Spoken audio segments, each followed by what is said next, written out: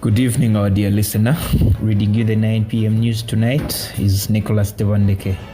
The headlines: Government to reward performing circles. Minister Nandutu set back to Luzira. Landslides kill 6 in Kisoro. The news in detail.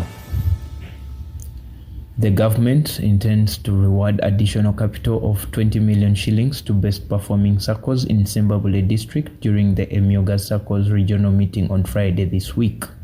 All SACCOs will be represented by 15 members at the Liberation Grounds in Masaka City.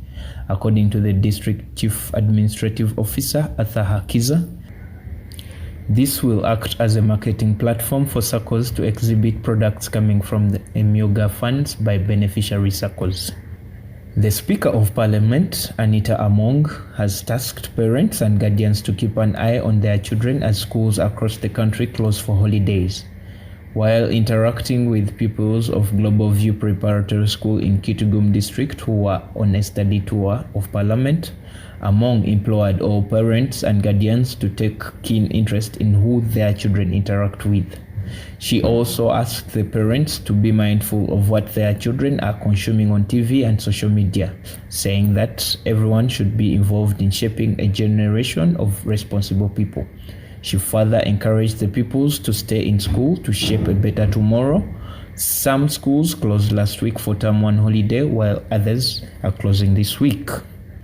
Buganda Kingdom Premier Charles Peter Mayiga has flagged off construction of 3 health facilities at the level of Health Centre 4s, estimated to cost 2.5 billion shillings each in 3 selected counties, with an aim of improving medical service delivery in the kingdom.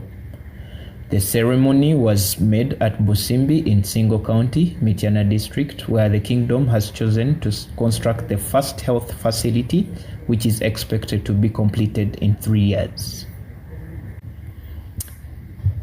The Anti-Corruption Court today has further remanded the State Minister of Karamoja, Agnes Nandutu, pending determination of her bail application.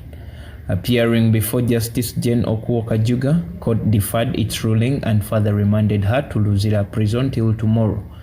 Through her lawyers, Nandutu applied for bail. She claimed that she voluntarily presented herself to police CID and has no criminal records against her. However, State Prosecutor David Bisamunyu argues that Nandutu should be denied bail because she first went into hiding after learning that she was wanted by police. And in Buikwe District, police have arrested 3 people suspected to be members of the Allied Democratic Forces in Uganda. The suspects were from Kisungu Zone, Mbiko in Jeru Town Council. According to police spokesperson Fred Enanga, the suspects were identified as Sheikh Yasin Senyonga, Abubakar Katokuwange, and Juma Bogere. Efforts are underway by Joint Security to identify their collaborators. The suspects are currently in custody of the CMI. In Kisoro District, 6 people have been confirmed dead so far after landslides hit Kisoro District on Tuesday night. According to the Uganda Red Cross Society, 5 of the deceased are from one family in Bizi village and one in Gihuyaga village, both in Morora sub-county. Irene Nakasita, the Uganda Red Cross communications officer, says response teams are on ground and have been involved in the management of the dead, together with the local authorities and community members.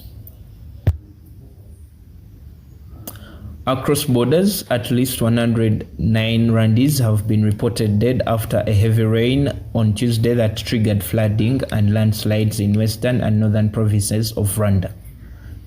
According to Francois Habitegeko, governor of Rwanda's western province, the rain started at about 6 p.m. on Tuesday and the river Sebeya had burst its banks.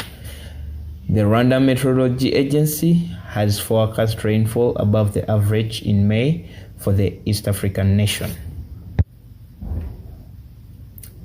And lastly, in Kenya, a cargo truck destined for Uganda was yesterday torched as the country's opposition defied police ban and staged new demonstrations over the cost of living crisis and last year's election results. The truck was stopped by a group of rowdy protesters near Kibra along the southern bypass, who then set it ablaze after they failed to break into the lorry container. Police later dispersed them but could not put off the fire since there was no fire engine on site. The truck driver, Mr. Jibril Abduba, said he was carrying electricity cables from the port city of Mombasa destined for Kampala when he was stopped. That has been the news for you. Thank you for listening. Nicholas Devandeke.